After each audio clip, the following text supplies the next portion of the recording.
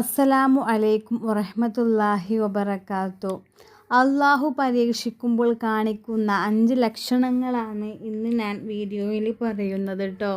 അപ്പോൾ നമുക്കൊക്കെ നമ്മുടെ ജീവിതത്തിൽ പല സന്ദർഭങ്ങളിൽ പല സമയങ്ങളിൽ നമ്മൾ വിചാരിക്കും നമ്മുടെ കാര്യങ്ങൾ എന്താ നടക്കാത്തതെന്നൊക്കെ കരുതും. അതിനെക്കുറിച്ചിട്ടൊക്കെയാണ് ഇന്നത്തെ വീഡിയോയിൽ പറയുന്നത് കേട്ടോ. ജീവിതത്തിൽ ചില സമയങ്ങളിലെല്ലാം കൈവിട്ടു പോകുന്നത് പോലെ നമുക്ക് തോന്നാറുണ്ടല്ലേ. അതുപോലെ തന്നെ നമ്മൾ എത്ര ദുആ ചെയ്തിട്ടും എത്ര പ്രാർത്ഥിച്ചിട്ടും ഉത്തരം ലഭിക്കാത്തതുപോലെ നമുക്ക് തോന്നാം. ഉത്തരം ലഭിക്കുന്നില്ല അല്ലേ. എന്നാൽ അത് അള്ളാഹുവിൻ്റെ കോപമല്ല, ഒരു പരീക്ഷണമാണ്. തുടർച്ചയായ പ്രയാസങ്ങൾ, ഒരു പ്രശ്നം തീരുമ്പോൾ മറ്റൊന്ന് വരിക, സാമ്പത്തിക ബുദ്ധിമുട്ടുകൾ വരിക, മാനസിക വിഷമങ്ങൾ ഉണ്ടാവുക, കുടുംബ പ്രശ്നങ്ങളൊക്കെ ഉണ്ടാവുക, അതൊക്കെ ഉണ്ടാവുന്നതൊക്കെ അള്ളാഹുവിൻ്റെ ഒരു പരീക്ഷണമാണ്. ഈ സമയത്ത് നമ്മൾ കരുതും നമ്മുടെ ജീവിതം കൈവിട്ട് പോവുകയാണല്ലോ റബ്ബേ എന്ന് എഴുതിയിട്ട് നമ്മൾ അള്ളാഹുവിലേക്ക് ദുആ ആയിരിക്കും. പക്ഷേ ആ പ്രാർത്ഥനയ്ക്കുള്ള ഉത്തരവും ചിലപ്പോൾ വൈകിയേക്കാം. അതുപോലെ തന്നെ ദുആക്ക് ഉത്തരം വൈകുന്നത് നാം ആഗ്രഹിക്കുന്ന കാര്യങ്ങൾ, നമ്മൾ എന്തെങ്കിലും കാര്യം പെട്ടെന്ന് നടക്കണം, നമ്മൾ വിചാരിച്ച രീതിയിലൊക്കെ വേഗം നടക്കണം എന്നൊക്കെ നമ്മൾ ആഗ്രഹിക്കും. ആ കാര്യം നടക്കാൻ വേണ്ടിയിട്ട് നമ്മൾ ഒരുപാട് കാര്യങ്ങൾ, ഇസ്ലാമിക ടിപ്സുകൾ നമ്മൾ പരീക്ഷിച്ച് നോക്കും. പക്ഷേ അതിനുള്ള ഉത്തരം പെട്ടെന്ന് ലഭിക്കാതിരിക്കുക, അതൊക്കെ അള്ളാഹു നമ്മളെ പരീക്ഷിക്കുന്നതാണ്. നമുക്ക് ക്ഷമയൊക്കെ ഉണ്ടോ, ക്ഷമയും വിശ്വാസവും പരിശോധിക്കുകയാണ്. അള്ളാഹുവിലുള്ള വിശ്വാസം, നമ്മൾ ഇങ്ങനെയൊക്കെ ചെയ്തിട്ട് എനിക്ക് ഉത്തരം കിട്ടുന്നില്ലല്ലോ കരുതിയിട്ട് അള്ളാഹുവിലുള്ള വിശ്വാസം നമുക്ക് കുറയുന്നുണ്ടോ എന്നൊക്കെ നോക്കുകയാണ് കേട്ടോ. അപ്പോൾ എനിക്ക് എൻ്റെ ജീവിതത്തിലുണ്ടായ ഒരു കാര്യം, ഞാനൊരു പരീക്ഷ കുറേ വട്ടം എഴുതി. പക്ഷേ അതിലൊക്കെ ഞാൻ ഫെയിലാവുകയാണ് ചെയ്തത്. അൽഹംദുലില്ലാ. എന്നാലും അള്ളാഹുവിലുള്ള വിശ്വാസം ഞാൻ കൈവിട്ടില്ല. ഞാൻ പരീക്ഷയ്ക്ക് പോകുമ്പോഴും അതേപോലെ തന്നെ ഇങ്ങനെ എപ്പോഴും ദുആയിരുന്നു കൊണ്ടേയിരിക്കും. എനിക്ക് ആ പരീക്ഷയിൽ ഉന്നത വിജയം കൊണ്ട റബ്ബേ എന്നൊക്കെ പറയും. പക്ഷേ ചിലപ്പോൾ കിട്ടുമെന്നൊക്കെ തോന്നും. പക്ഷേ പരീക്ഷൻ്റെ റിസൾട്ട് വരുമ്പോൾ ഞാൻ അതിൽ ഫെയിലായിട്ടുണ്ടാവും. ഏതായാലും അൽഹംദുലില്ലാ. പിന്നെ പരീക്ഷ എഴുതിയപ്പോൾ അതിൽ എനിക്ക് വിജയം ഉണ്ടായി. അപ്പോൾ അള്ളാഹു എന്താ അവിടെ നോക്കണത്, ഞാൻ എപ്പോഴൊക്കെ എന്താണ് ചെയ്തത്, എന്നെ എങ്ങനെ പരീക്ഷിച്ചാലും എത്ര ആയാലും ഞാൻ ഈ ചൊല്ലേണ്ടത് ചൊല്ലും. ഈ ദിക്റും ദുആകളും ഞാൻ കൈവിടൂല. എത്ര റബ്ബ് എന്താണെങ്കിലും ചെയ്തോ. പക്ഷെ അള്ളാഹുവിലുള്ള വിശ്വാസം ഞാൻ ഒരിക്കലും കൈവിടൂല എന്നുള്ള ഉറച്ച വിശ്വാസം. അതുപോലെ തന്നെ നമുക്ക് ഓരോ പരീക്ഷണങ്ങളും നമുക്ക് തരും. പിന്നെ ഉള്ളതാണ് അതിൻ്റെത് ആദ്യത്തേത് പ്രസവമായിരുന്നു. ഞാൻ എപ്പോഴും ഈ പ്രഗ്നൻ്റ് ആയി കഴിഞ്ഞാൽ അള്ളാഹുവിന് വേണ്ടി എപ്പോഴും ഞാൻ ദുആ അങ്ങനെ ചെയ്തുകൊണ്ടേയിരിക്കും. അള്ളാഹു സുഖപ്രസവാക്കിക്കൊണ്ട് റഹ്മാനെ, സുഖപ്രസവാക്കിക്കൊണ്ട് റബ്ബേ എങ്ങനെ പറഞ്ഞുകൊണ്ടേയിരിക്കും കേട്ടോ. 5 വക്ത നിസ്കാരങ്ങൾക്ക് ശേഷമല്ലാതെയും ഞാൻ നമ്മളെന്തെങ്കിലും ജോലി എടുക്കുമ്പോഴും അങ്ങനെയൊക്കെ ഓരോന്ന് പറഞ്ഞുകൊണ്ടേയിരിക്കും. ആദ്യത്തേത് പെട്ടെന്ന് പ്രസവം അങ്ങനെ കഴിഞ്ഞു. അത് ഒക്കെ അള്ളാഹുവിൻ്റെ തീരുമാനം പറയാം. രണ്ടാമത്തേത് കുറേ സമയമെടുത്തു.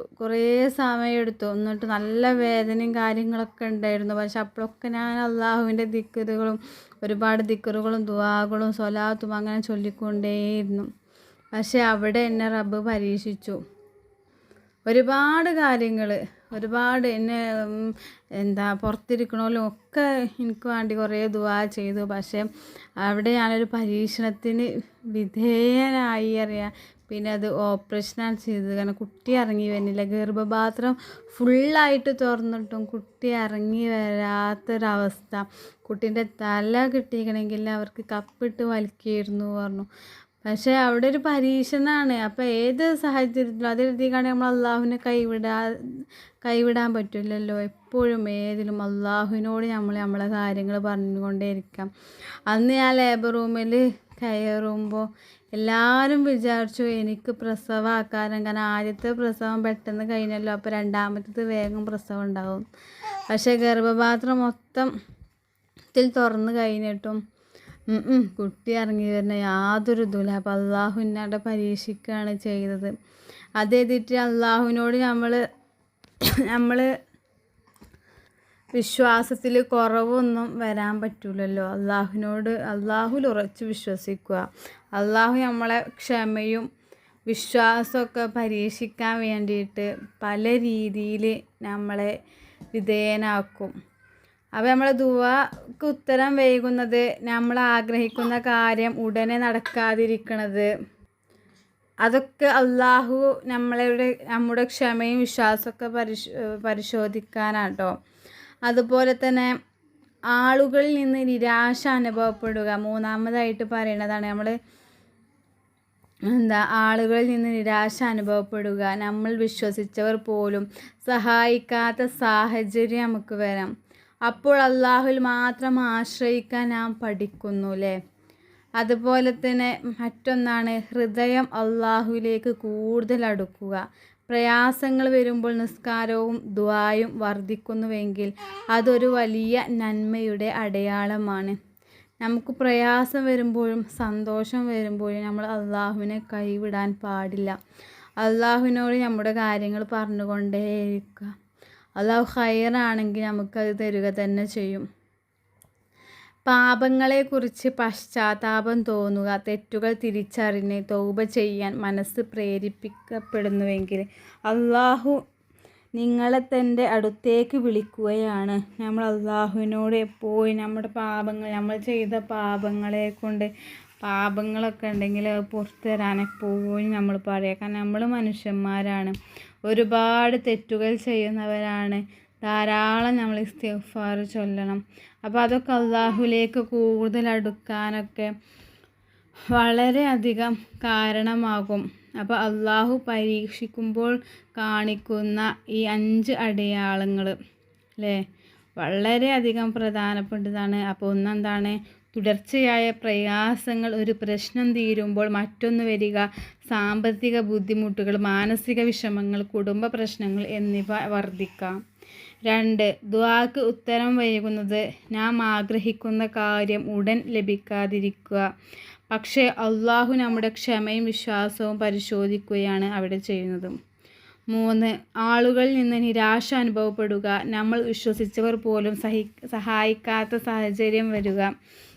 അപ്പോൾ അള്ളാഹുവിൽ മാത്രം ആശ്രയിക്കാൻ നാം പഠിക്കുന്നു അല്ലേ.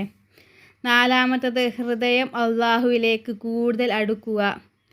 പ്രയാസങ്ങൾ വരുമ്പോൾ നിസ്കാരവും ദുആയും വർദ്ധിക്കുന്നുവെങ്കിൽ അതൊരു വലിയ നന്മയുടെ അടയാളമാണ്. 5. പാപങ്ങളെക്കുറിച്ച് പശ്ചാത്താപം തോന്നുക, തെറ്റുകൾ തിരിച്ചറിഞ്ഞ് തൗബ ചെയ്യാൻ മനസ്സ് പ്രേരിപ്പിക്കപ്പെടുന്നുവെങ്കിൽ അള്ളാഹു നിങ്ങളെ തൻ്റെ അടുത്തേക്ക് വിളിക്കുകയാണ് അവിടെ ചെയ്യുന്നത്. ഓർക്കുക, അള്ളാഹു ഒരു വിശ്വാസിയെയും അവന് സഹിക്കാൻ കഴിയാത്ത പരീക്ഷണങ്ങൾ കൊണ്ട് പരീക്ഷിക്കുകയില്ല. അള്ളാഹു നമ്മുടെ എല്ലാ പരീക്ഷണങ്ങളും എളുപ്പമാക്കട്ടെ. ആമീൻ യാ റബ്ബൽ ആലമീൻ. ഇൻഷാ അല്ലാഹ് പുതിയൊരു വീഡിയോ ആയിട്ട് ഇനിയും കാണാം. അസ്സലാമു അലൈക്കും വറഹ്മത്തുള്ളാഹി വബറകാതുഹു.